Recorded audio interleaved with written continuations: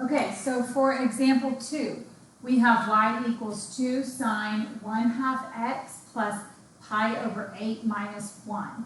Now this b value right here, that is inside the parentheses. So the first thing we have to do is GCF that out. So when we are GCFing this out, we are dividing both of these by that 1/2. So pi over 8 divided by 1/2 is the same thing as pi over 8 times 2, which ends up being pi over 4. And then we have that minus 1. Okay, so let's start with the horizontal shift. So now we can start graphing this. I have x plus pi over 4. That plus pi over 4 means we're going to the left pi over 4. So that means you're going to be starting at negative pi over 4. And we go 4 tick marks in either direction. To find the period of the graph, we do 2 pi divided by our b value, which is 1/2. So that ends up being 4 pi. Quarter period, a quarter of 4 pi is just pi. So I'm counting by pi's. I need to add pi to each tick mark. Well, my tick marks are, the starting point is over 4. So I have to think about 4 pi over 4. That's what I'm really adding. So if I take negative pi over 4 plus 4 pi over 4, I'm at negative 3 pi over 4. If I add pi to that, or 4 pi over 4, I'm at 7 pi over 4, then 11 pi over 4, then 15 pi over 4.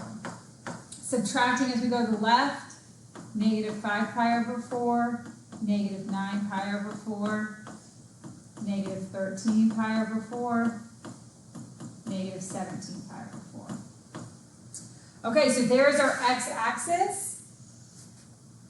Now, you can notice that we don't have a tick mark at 0. This is where it can be helpful waiting to place that y-axis. You can do it now, or you can finish your graph and then place it, but it's going to fall between the negative and the positive, right? It's going to be closer to this negative pi over 4. Okay, the vertical shift is minus 1, so it's down 1. So I go down 1 and put a tick mark. That's my middle dash line. My amplitude is 2. So I'm going to go up 2 and down 2. Okay.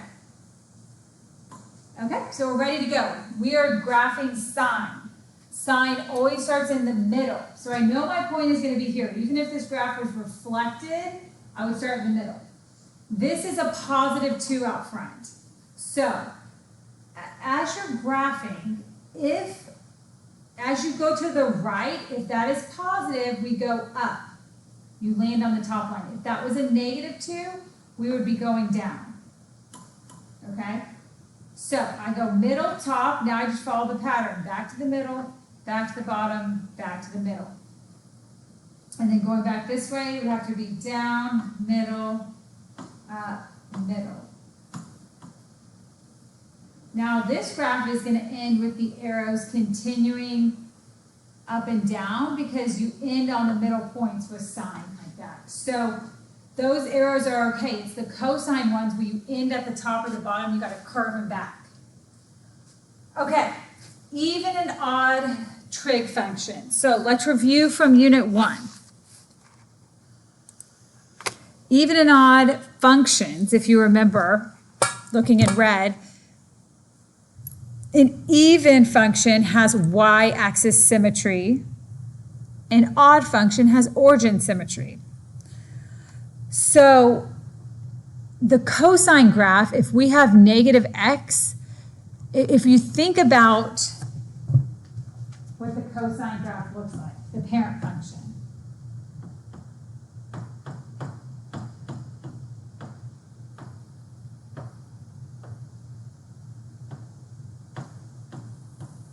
I'm not even doing 2 full periods, but just to give you an idea.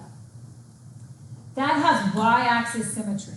Therefore, this is an even function, and we know with y-axis symmetry, if you have a negative sign, if you plug in a negative x, it'll give you the same answer as a positive x. I point this out because if our b value is negative, we get to drop that negative sign.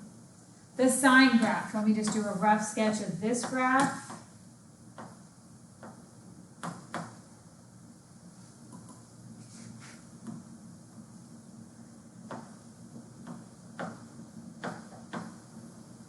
This has origin symmetry, right? It's over the origin. So if you have origin symmetry, then an x-axis reflection looks the same as a y-axis reflection. So if we reflected this over the y, it would look the same as the x. So if you have a negative sign with your x, like your b value is negative, you can just move that negative sign out front because what should have been a y-axis reflection, if you make it an x-axis reflection, it will look the same. So the main takeaway is if it's a cosine and b is negative, we drop the negative. If it's a sine graph and b is negative, we move it out front. So, looking at this one, we have y equals 4 sine pi minus 3 pi x. Okay, so I got to do some rearranging here. So to start,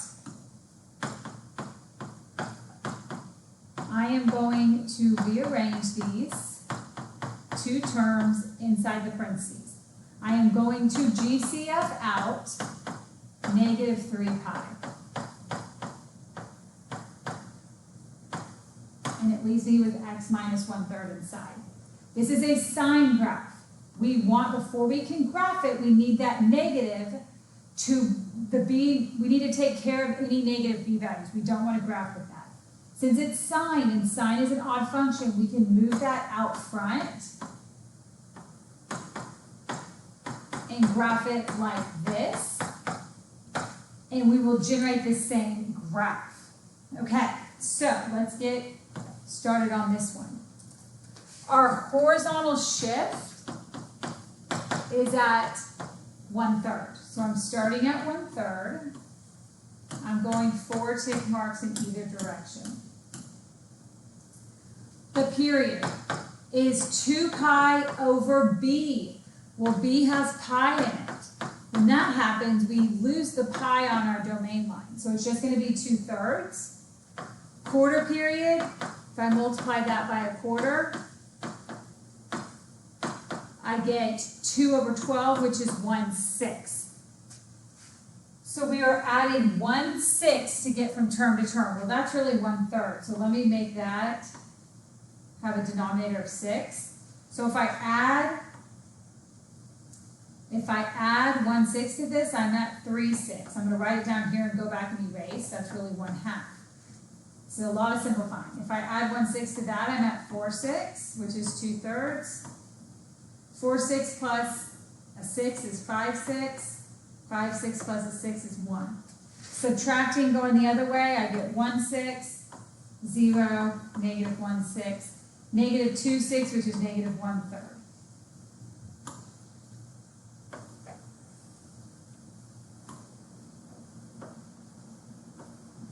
Okay.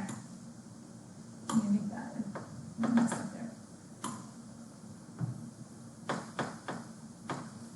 Okay. So, we do not have a constant at the end, so we have no vertical shift. Our amplitude is 4, but that now has a negative sign out front, so this has been reflected. So,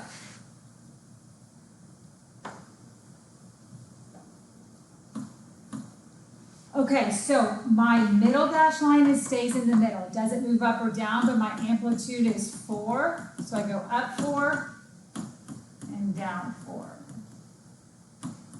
Okay, this is a sine graph. Sine always starts in the middle, so I start in the middle. As you graph to the right, if this A value is positive, you go up. If it's negative, you go down. Since it's now negative, we go down, middle, top, middle. Then continuing this pattern here.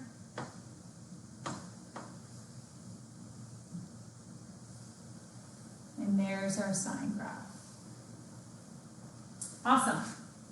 Okay, we have one more problem, and all we're going to do here is simplify the equation. We're going to practice simplifying here. So similar to the last problem, I am going to start by flipping those two.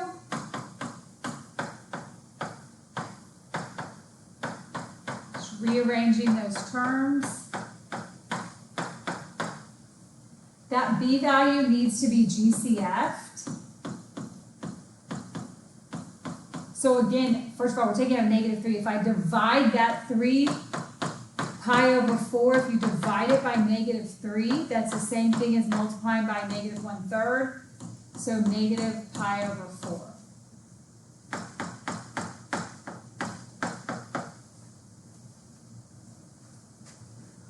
Okay, we want our b value to be positive. So in order to get rid of that, I look at cosine. Cosine is an even function, has y-axis symmetry. Therefore, that negative sign isn't going to change anything. So with cosines, where the b value is negative, you get to just drop it. And there's our simplified equation. Okay?